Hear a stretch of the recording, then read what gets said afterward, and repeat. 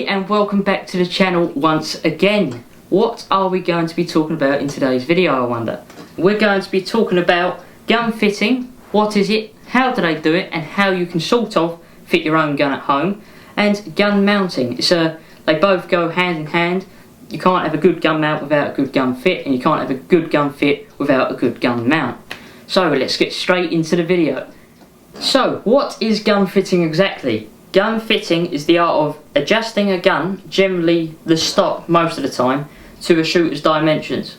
And this will vary between shooter to shooter to shooter. Height can have a big difference, arm length, neck length, body size can have a huge effect on how a gun fits. So, how do they actually make a gun fit? How do they adjust it? So you would go to a gun fitter, somebody that fits guns most of the time, and they'll have something called a tri-gun. And what a tri-gun is it's pretty much a normal gun except the stock. The stock is entirely adjustable. It can be moved from side to side, it can be made longer, shorter, it can be made to have more height, less height. The cone can be pitched forward, pitched back, the butt can be pitched back or forward, whatever way, whatever needs to be adjusted can be adjusted.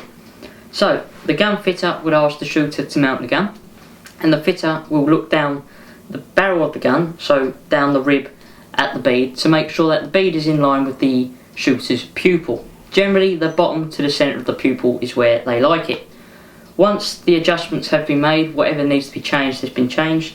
The fitter will either change the woodwork themselves if they can do it. If not, they'll write down the results of what needs to happen, and they would give that to the shooter to go and take to somebody that can change stocks. That is pretty much what happens. So what do they actually adjust? What are the terms?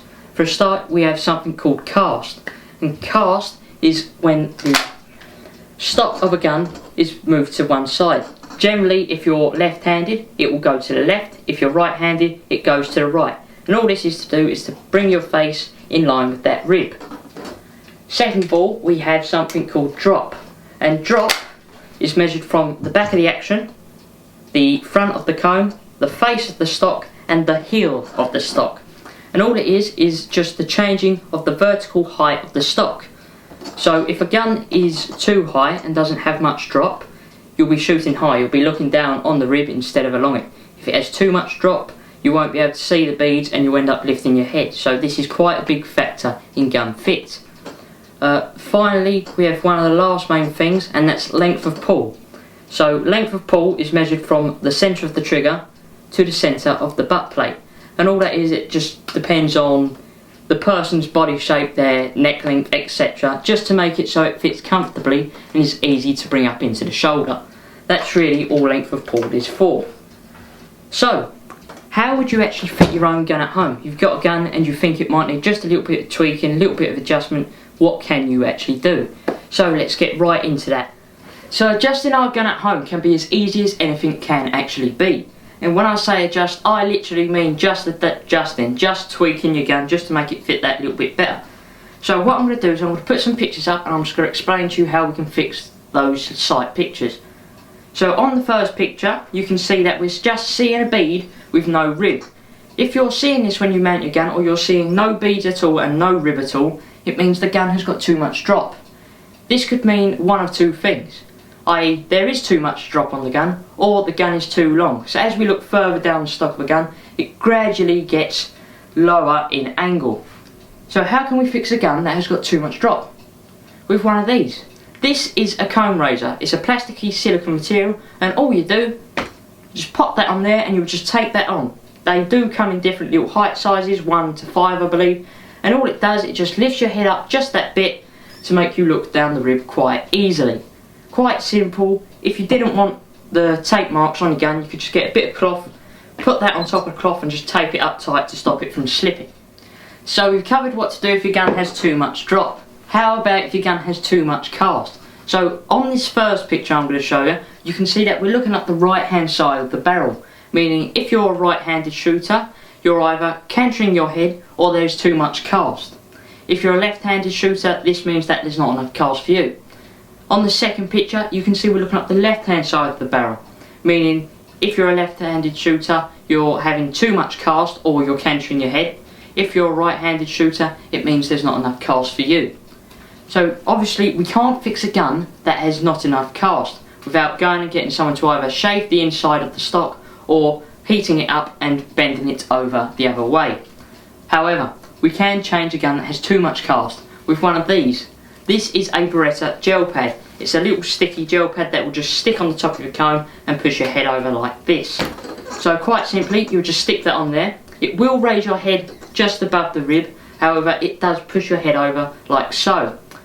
The beauty of one of these gel pads is they do absorb some of the recoil if you're shooting punchy cartridges. I did notice that one time I was shooting some punchy cartridges, did start to get a little bit of a bruise on the face. Next time I went, I shot the same cartridges with this on and it stopped that quite a lot. So we've covered what to do if you have too much drop on your gun and what to do if your gun has too much cast.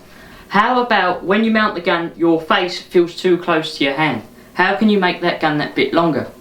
With one of these, this is a stock extender, and all you would do is you would slide that on the back of your stock, and you can add more spaces.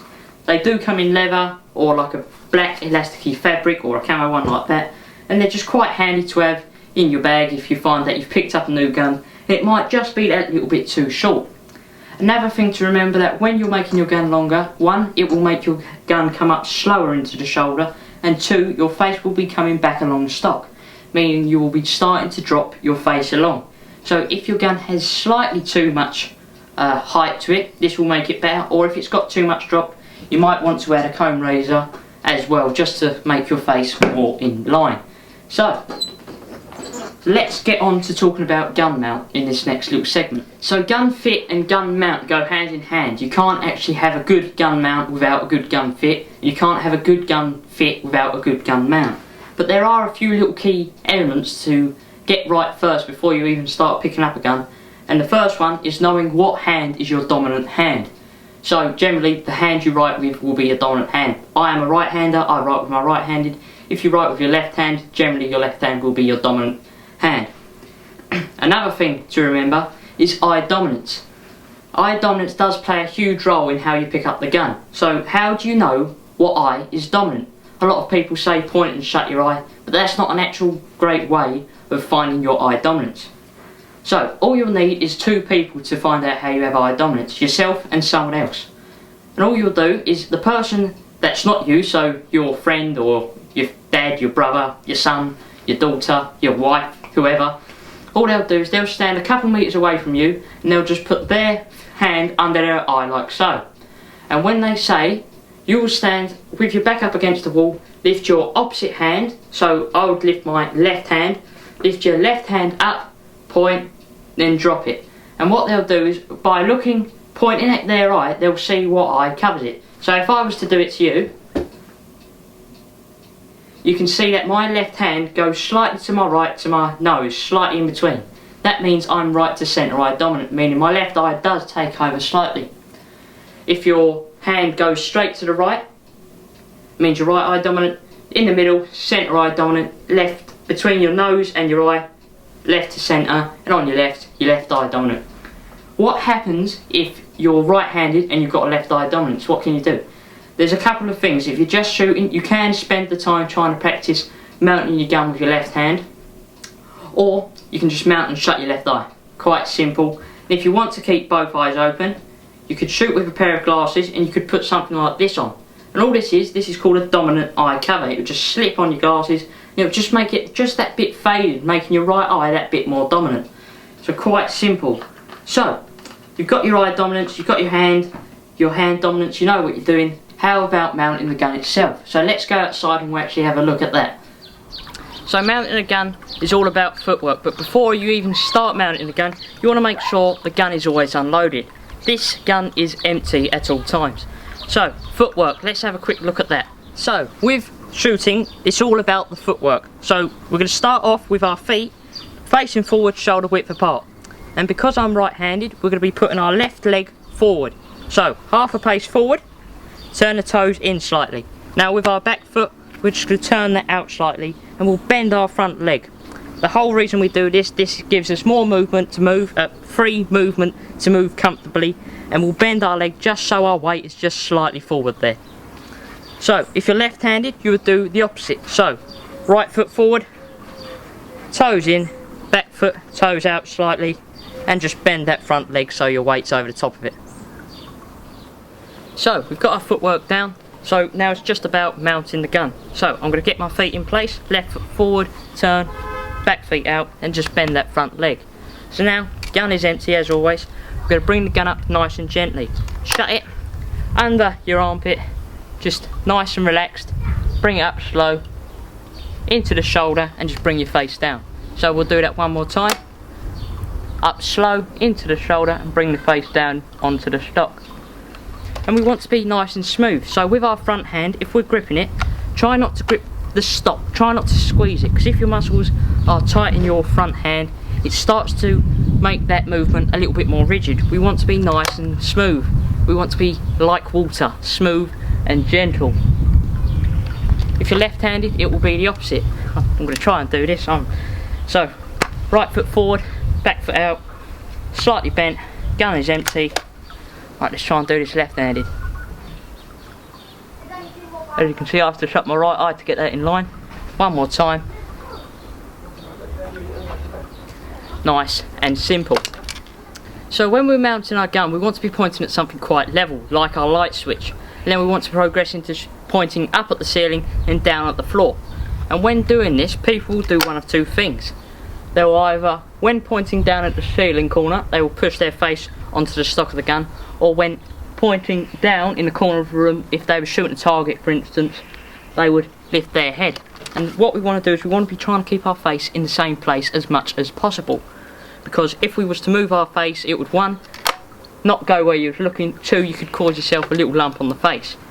Once we've progressed into pointing at the ceiling, pointing at the floor, pointing level, we want to be doing the gun mount with our eyes shut. The whole reason this is, you'll be able to tell if that gun fits when you open your eyes. Shut your eyes, bring the gun up, open your eyes, and if you're looking down at the same place as you normally do, the gun fits and you've got good muscle memory. So, what other exercises can you do to ensure that your gun mount is good? Well, I've found one exercise that is quite good for myself, and what that is, I will bring the gun up level, hold it for 2 seconds, bring it down just to the chest, not right under the armpit, just to the chest, hold that down there for 2 seconds, bring it up for 2 seconds, down for 2 seconds, up for 2 seconds. Then once I've done 10, what I would do is I'll wait a minute, then I'll do another 10, wait a minute, do another 10, and I'll try to do as many as I can as possible. The whole reason this is, I find that when I shoot a round of 100 clays, I'll tend to start to drop off on the last 3 or 4 stands. And this is because my body starts to ache, and what will happen is, when my body starts to ache, my gun mount will be sloppy and I'll tend to either mismount on the shoulder or I'll get a lump on the face. So it's pretty much basically like a exercise routine if you was lifting weights.